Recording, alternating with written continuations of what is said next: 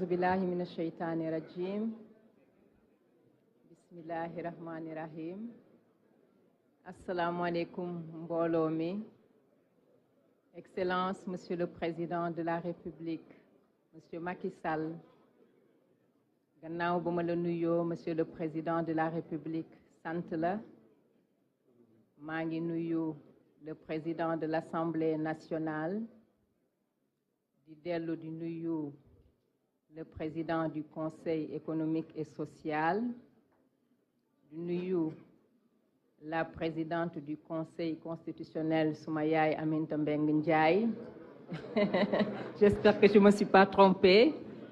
si c'est le cas veuillez m'en excuser puisque cela fait 3 ans que je suis hors de ce pays je suis donc naturellement un peu déconnectée de ce qui s'y passe même si je suis la grande majorité de tout ce qui se passe ici di nuyu sama mag Innocence Ntap Ndiaye di nuyu le président Abdoulaye Daouda Diallo di nuyu le premier ministre sama mag di nuyu it sama papa Moustapha Niass di ko xamal ni am naa mbégte tey gis la fii ba ma fàttalikoo bés bu rëy ba ma passé woon fële ca Kër Madiabel am chance bu rëy gannaaw ba nga ma yóbboo ci suñu maam jooju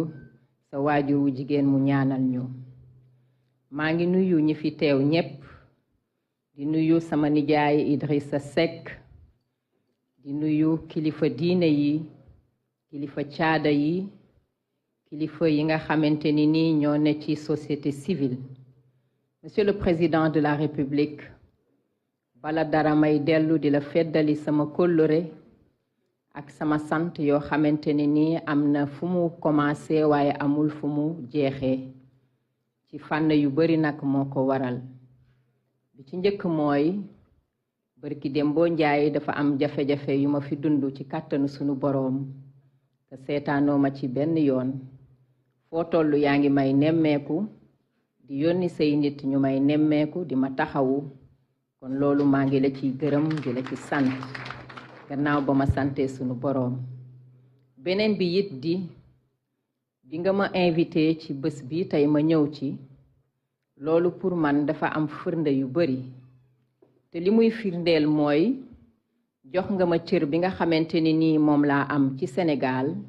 ma di ko sante suñuy waajur di la ci sant waaye it jox nga artistes yi cër bi nga xam ni moom la ñu am Sénégal ndax aar defe naa ni kenn mënu koo def ci am réew ndax defe naa ni am réew kenn mënu koo sos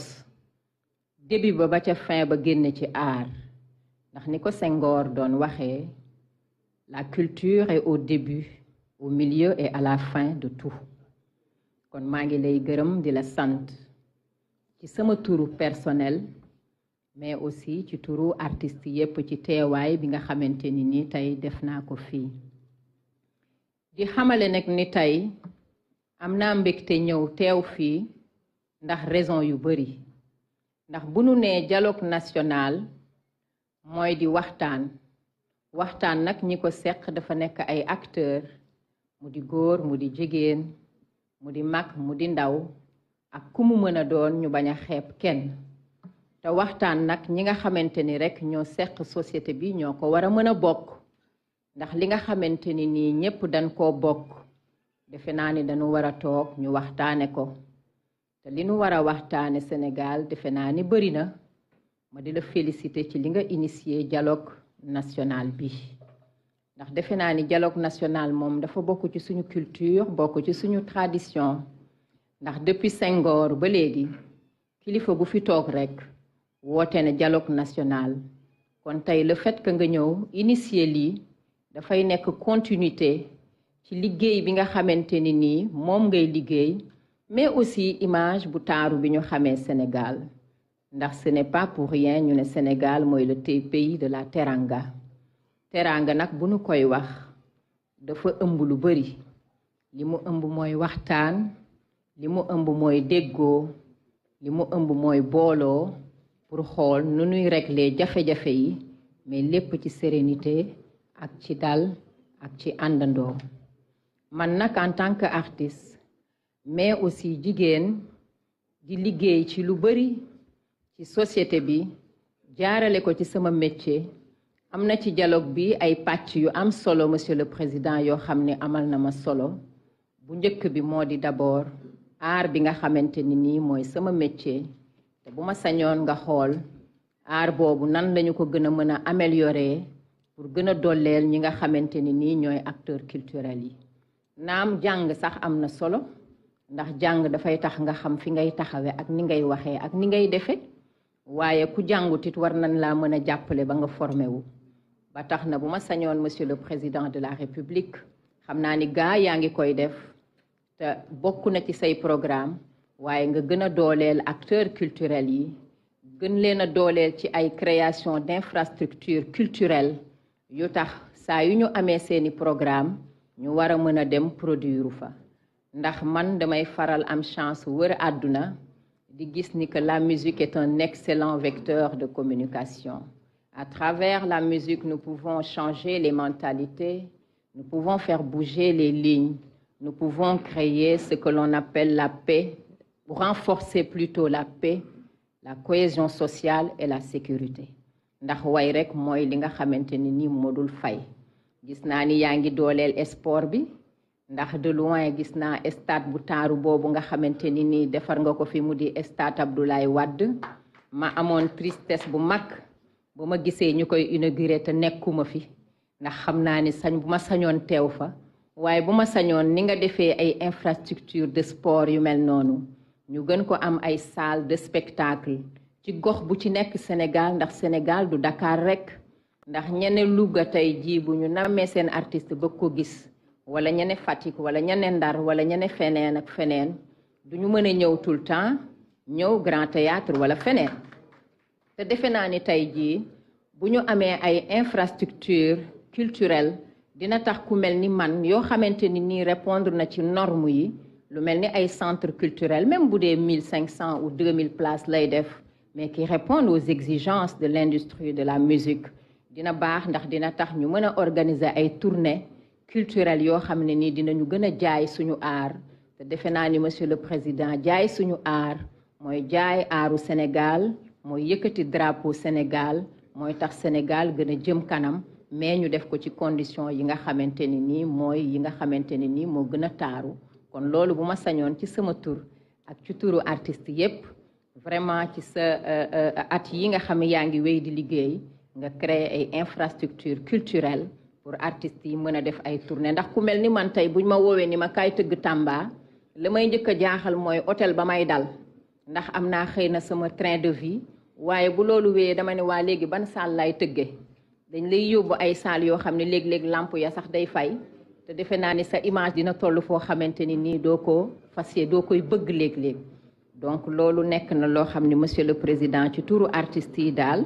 ñi ngi la koy ñaan muy benn pàcc ci volet culturel xam naa ni nag yaa ngi ciy xalaat te yaa ngi ciy liggéey waaye dañu la koy ñaan ci turu artistes yi beneen bi it monsieur le président xam naa ni ba tey jox nga ko solo bu am solo moo di jigéen ñi seeni àq ak seeni yelleef ak xale yu ndaw yi seenum njàng te boo dee xool jigéenu Sénégal dañu am jom dañu am dynamisme te gis naa ni ci biir mouvement yu bari yoo créé wala ay institutions yoo créé yu mel ni FAISE ñi ngi soutenir di financer jigéen ñi pour ñu gën a wone seen xarañ gën a wone seen jom gën a wone seen liggéey waaye bëggoon naa monsieur le président de la République nga gën a renforcer le pouvoir des femmes par l'autonomisation de la femme par la promotion de l'entrepreneuriat et du leadership féminin mais surtout pour le respect scrupuleux de leurs droits parce que beaucoup de femmes sont bafouées généralement en Afrique te loolu yépp defe naa ni yow yaay suñu kilifa yaay suñu papa yaay suñu président defe naa ni yaay suñu héros suñ ko mënee wax ñun jigéen ñi kon yow rek yaa ñu ci mën a jàppale. beneen bu mujj bi may tëjee monsieur le président ngeen baal ma man gis naa fii ñoo xam ne ñu ngi doon wax 30 minutes bu mujj bi monsieur le président moom lay tëjee boobu moom appel bu may def ci jeunesse bi la ndax gis naa ne jamono yi Sénégal xaw na jaxasoo ndax it man li ma xam ci Sénégal mooy Sénégalu teranga Sénégal avec une belle image boo xam ne man yàgg naa am fierté di yëkkati drapeau Sénégal mais bu ma nekkee à l'étranger di gis Sénégal j'avoue que lu bëri dama ci am kersa ndax li ñuy gis muy violence population bi di ko def musuñu ko xamee Sénégal moo tax may ñaan ndaw ñi à plus de sérénité à plus de responsabilité à plus de citoyenneté et à plus de civisme ndax ki nga xam ne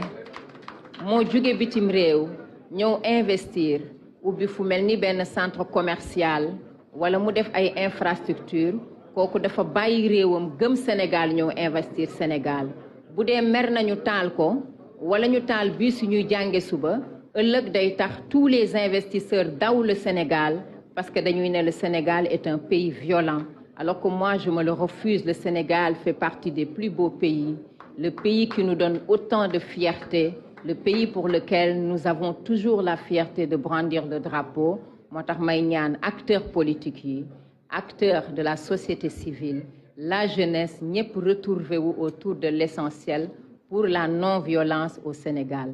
jërë ngeen jëf maa ngi leen di gërëm di leen sant xanaa dama koy tëjee rek sama way wa daal sama way wa ma waxoon laa koy tëjee monsieur le ministre Amadou Ba sunu Sénégal réew mi ñoo ko moom bu nu ko yàq sunu Sénégal réew mi ñoo ko moom bu nu ko yàq kilifa diine yeeg bu aada yi ñepp nanu booloo parti au pouvoir ak opposition nanu diisoo sunu Sénégal gaal gi warul suux nanu diisoo réewum Sénégal gaal gi ñoo ko moom bu nu ko yàqee.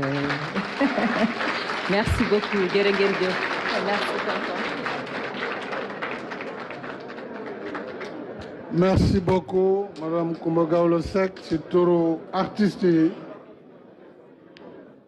may fàttali ni am na commission bu toppatoo culture ak aada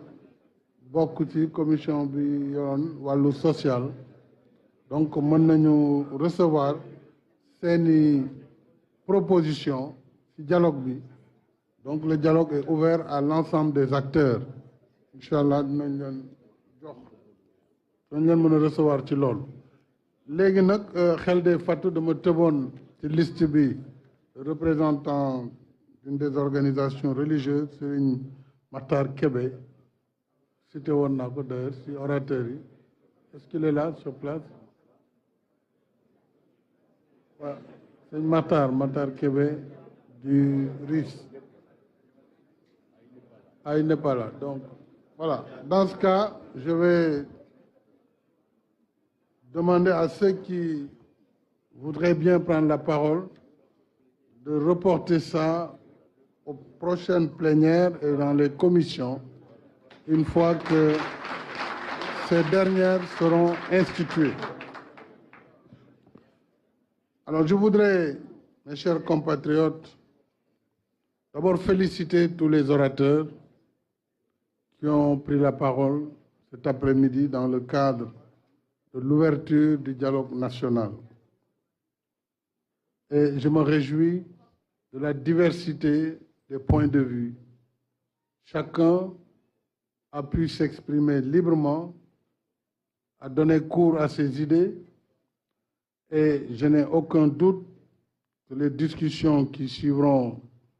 cette séance d'ouverture du dialogue pourront approfondir les différentes questions. Le dialogue devra s'organiser autour des commissions que j'ai indiquées dans mon propos liminaire. Il nous faut dès à présent finaliser et au plus vite les TDR du dialogue, les termes de référence. Je dirais d'ici le week-end. Maintenant, il faut travailler tenant compte des délais imprescriptibles du processus électoral. Donc, d'ici vendredi, samedi au plus tard, il faut que chaque parti puisse faire parvenir ses propositions en matière de termes de référence dans le dialogue. Bien sûr, nous avons noté tout ce qui a été dit. Et sous la conduite du président Moustapha Niasse, un secrétariat sera mis en place pour cela est enrichi par les différentes propositions des partis. Je rappelle que ces locaux qui pourront abriter certaines commissions, la plénière, ils disposent d'une salle de 120 places peut-être. Certaines discussions pourront se faire à l'immeuble Bourgie, pas loin d'ici, au 2e étage. L'immeuble Bourgie face à la Société Générale, contigu à l'IPRES, donc c'est facile à localiser. Pour pouvoir également donner la constitution des commissions, je demanderai au ministre de l'Intérieur qui avait assuré le secrétariat du dialogue politique de faciliter le contact et la collecte de ces TDR qu'il faudrait transmettre au niveau de la présidence du dialogue. Nous pourrons recueillir en même temps la désignation des représentants des partis en dialogue, et là où nous avions des commissions qui sont restées fonctionnelles, nous pourrons consolider. Donc ces présidents de commission, ça ne sert à rien de reprendre le travail. Ces rapporteurs, là où il faut corriger, remplacer, nous pourrons faire très rapidement ce travail afin que tout le monde se mette à la tâche.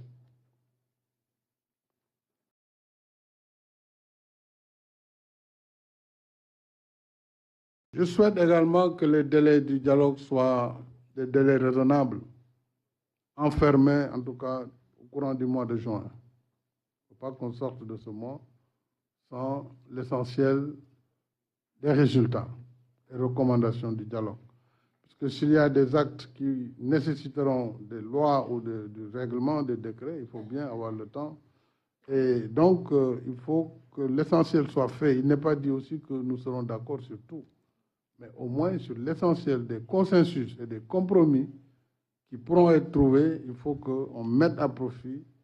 cette période du mois de juin pour arriver à faire avancer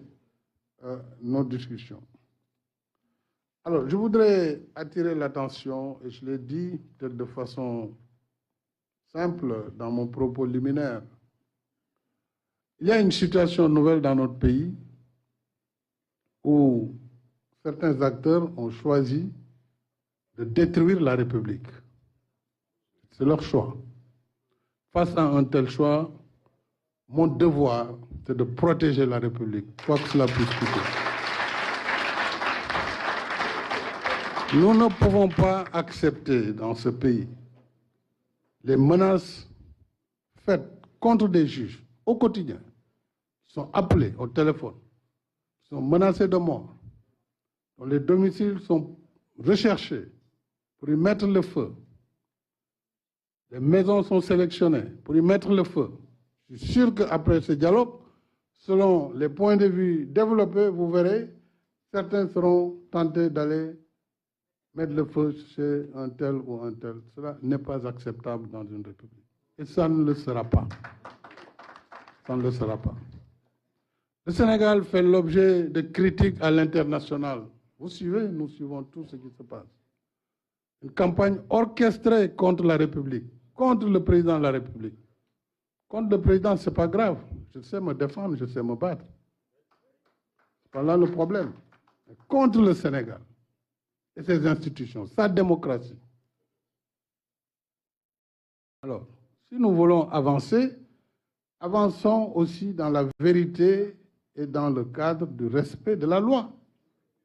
Au moment où nous parlions cet après-midi, un individu a été appréhendé, il a tiré sur un jeune manifestant. C'est un civil, ce n'est pas un policier, ce n'est pas un gendarme. Donc, ceux qui tirent et qui tuent, vous le savez bien, ce n'est pas nos forces de défense et de sécurité.